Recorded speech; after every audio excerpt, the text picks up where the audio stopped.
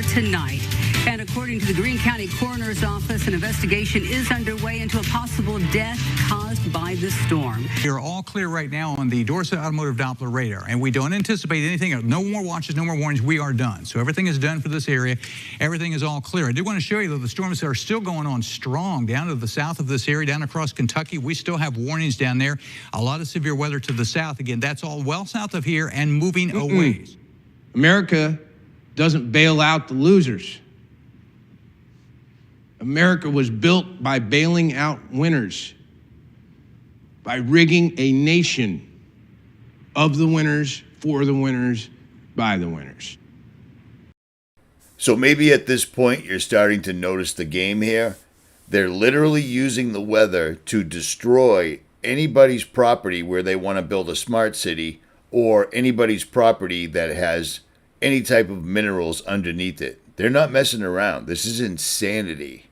Climate change is going to cause a massive increase in foreclosures. This is 𝗦𝗵𝗿𝗱, editor-in-chief at Climate Crisis 247, coming to you from New York City.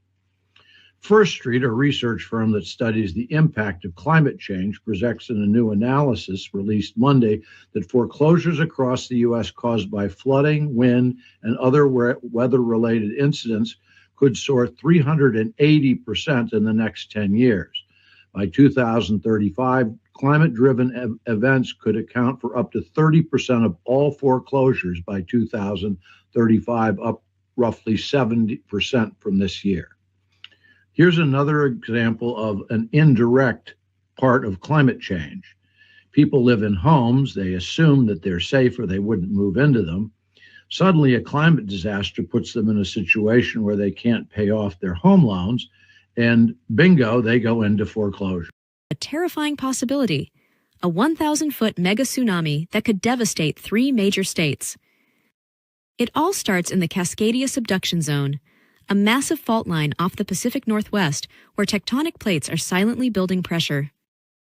This zone has triggered massive quakes before, the last one struck in the year 1700. Now, scientists believe we're due for another one, and it could be the deadliest natural disaster in U.S. history. If it hits, states like California, Washington, and Oregon would take the full force of the tsunami. FEMA estimates over 13,000 lives could be lost and tens of thousands injured. So you may be asking yourself, how could they possibly set off a volcano? How could they do that? Well, I'll retort with, why is it that these maps have been around for so very long? And the answer to how could they set off a volcano or how could they create an earthquake or some such is variable. But here's the deal. Everybody is under the impression that HAARP controls the weather. HAARP doesn't control the weather. HAARP can do lots of different things, like creating the northern lights in Florida or Arkansas or directly over the HAARP facility. But HAARP can create earthquakes. Period. That's what it does. HAARP can create earthquakes. And of course, if HAARP isn't quite enough, or if their agenda is, pending, they need to get this done right now, well, they can always just use bombs. And there's a lot of proof of that from people that actually experience quote-unquote earthquakes. Absolutely. That makes me wonder, what did it sound like when the quake was shaking everything? Was the house creaking? What? That is an excellent question. It sounds like bombs are going off. Oh. It's a roar that comes, and then it starts to shake, and as it shakes, it's just a roar. So for years and years and years and years, we've been getting mystery booms all over the country, and you never get an answer. It's just like the grown-ups are doing something. You children just mind your own business. It's swamp gas, or it's a sonic boom, or it's this, or it's that, or it's a wiffle ball bat, but they never answer the question. Now, this woman right here lives in California and has lived through a lot of earthquakes, and I want you to listen to this news report because this is from 2025, and listen to what she says several times. You experience in Chula Vista?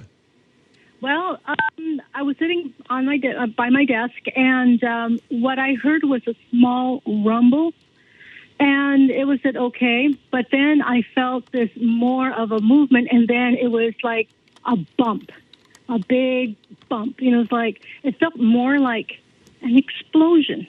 It wasn't more of the rocking came later. So how long did it last? It was interesting.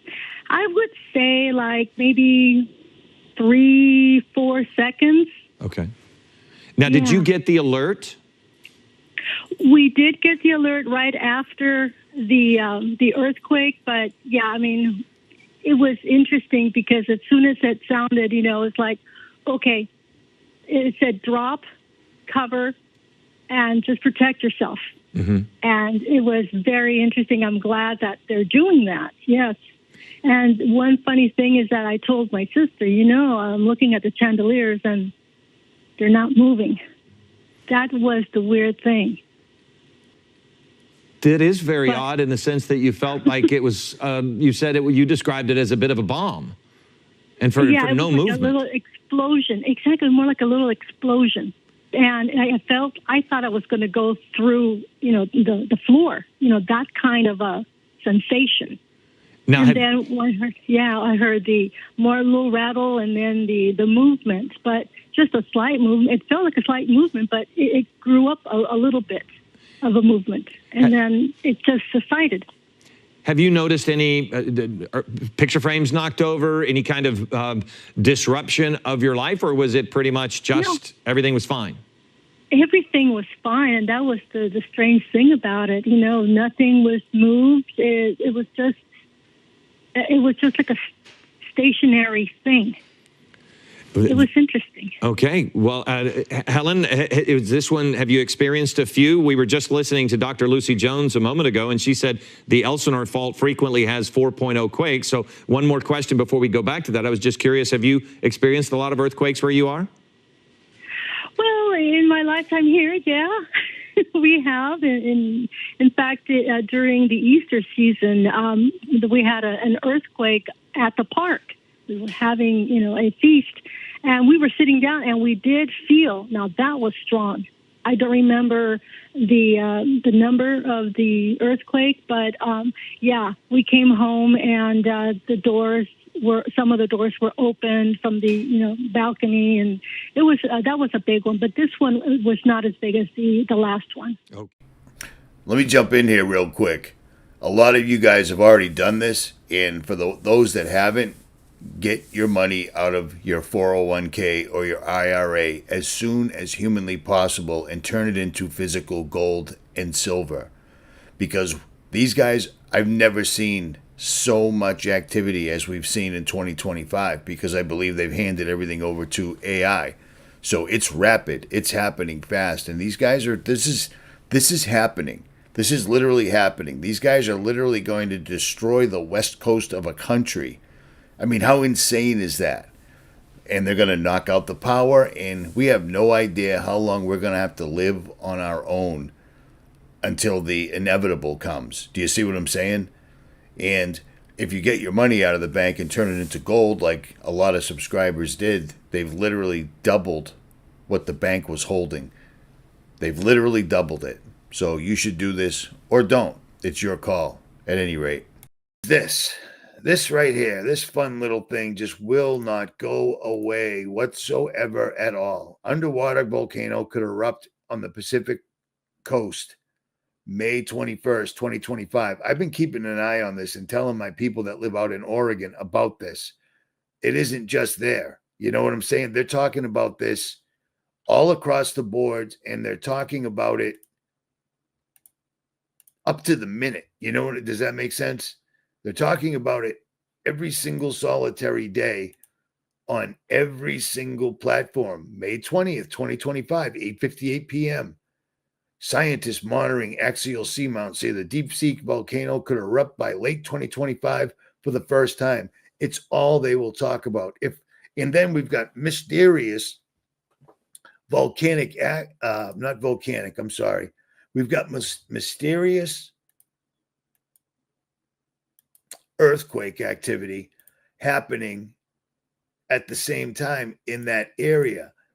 And I can't tell if it's part of the deal, but it does make sense when you had those recently, if you recall, we had those explosions we had earthquakes in California, and people were on the news saying it wasn't like an earthquake, it was just like a giant explosion. And I kept thinking to myself, because they're softening up the ground out there, or whatever this volcano is, it's going to be man-made. I know that sounds absolutely ludicrous and ridiculous, but I really do believe they have an app for that, because setting off earthquakes and setting off volcanoes is something that HAARP can do. Do you know what I'm saying? And this is all they're talking about. This isn't an old story. I've been watching this story for a couple of months. I think I've mentioned it in a couple of past videos, but if you live in Oregon, and I know you, I've sent this to you, and you know I have, they're talking about this every single solitary day. That tells me that they're getting ready to do this. And I'm guessing setting off a volcano or making it appear as though a volcano is going off is a hard job. I've done a lot of things on this earth, and the level of difficulty would probably be fairly, I don't know what I just did. Pressing a lot of buttons. I was ready. Is there a Rockefeller Science Center on the Oregon's coast? Is there? Because I've been out there a million times. I didn't see that, but is that a fact, or are you asking? I can't tell. Without a doubt. No doubt they do. Everybody thinks they use HAARP to control the weather. They don't. They use NEXRADs and Dopplers. That's exactly why suddenly the FBI is telling them people like you and I are getting ready to attack them. It's too big. It wouldn't work. You know, there's a lot of things you can do. That ain't one of them. But NEXRAD and Doppler control the weather. They can intensify it. They can mitigate it. If there's a storm coming and they got something they need to do, they can push it in another direction or simply disperse it. Or they can steer it. They just keep lighting these things up and they push it. I mean, you can see it happening right this second. There you go. Which way is the storm going? I mean, you can see it. But they can do that to do all sorts of wacky, fun, little crazy things. And they do. So it's astonishing to me. But to see them in the newspaper saying, well, these storm victims, the only way we can help them is to foreclose on them. Because, I mean, America, man. Absolutely America. It's crazy to me, but they're basically rubbing it in your face, you know, like climate change is coming for your home. These boys are not messing around, and they don't even seem to care if we know or not, because the majority of people are completely and utterly blind to this. They believe it's climate change, which is just insane to me. It's utterly insane to me. We're watching them take words like photosynthesis, like Bill Gates' company Graphite. When we think about climate change, we need to remove carbon dioxide from the atmosphere. The most efficient way to remove carbon dioxide from the atmosphere is to use photosynthesis. It's a natural process that's capturing CO2. Graphite is engaged in what is called durable carbon dioxide removal, and so what that means is we're preserving the carbon captured by plants, keeping it stored for 1,000 years, and we're doing it for the magic number of less than $100 a ton. This is a ton, 40,000 tons per acre of land. Yeah, you're not going to get that any other way. Yeah. We're working hand in hand with the agriculture and timber industries. There's many byproducts associated with that. So we take those residuals, we grind the material up, we dry the material, we then press the material into carbon blocks. Okay, these are small today, we'll make them bigger and bigger over time. And then we encase those blocks in a long-lasting impermeable barrier. So this is really the key to it, because it's all about keeping the biomass dry in perpetuity. We need to think about lowering our greenhouse gas emissions now. And so the notion of affordability is really important in terms of reaching scale. We're at $100 a ton today. We have plans to go well below that, and the idea is, can we make this sufficiently affordable so we can actually achieve our climate goals? Photosynthesis is no longer the natural order of things where you exhale carbon dioxide, trees inhale carbon dioxide, produce oxygen for you to inhale and repeat and repeat. Bill Gates has completely hijacked the word, and the sad thing is people will listen to it. They don't understand what photosynthesis is. These guys are using the weather as a weapon, exactly as they said they would. Owning the weather by 2025 is now owning the weather in 2025. Handing the keys to all this technology all over the earth to AI has accelerated it exponentially. We've never seen anything like this before. Be prepared. Live every day like it's your last. Love your neighbor. Get on your knees. Pray to God. And if you don't know what to say, ask God, and He'll help you. Every single time. This will come like a thief in the night.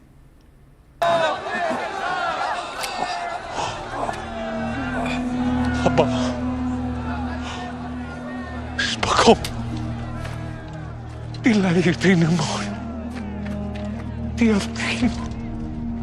So for everybody in the Northeast, pay attention. This is May 22nd, 10:40 a.m. Eastern Standard Time, and we're about to get hit with what they're calling a nor'easter, except you can see this nor'easter seems to be coming directly up from the south. But whatever. But notice the Dopplers. Watch this. Watch this glow. Bam. Look at that. Look at that. Oh, that's just to find out what the weather is. That's why we're doing that. We need to know the weather. That's what these are. These are so you can get to work and pay your taxes on time. That's what we're worried about, because we care about you, because we're the government. That's what we're here for.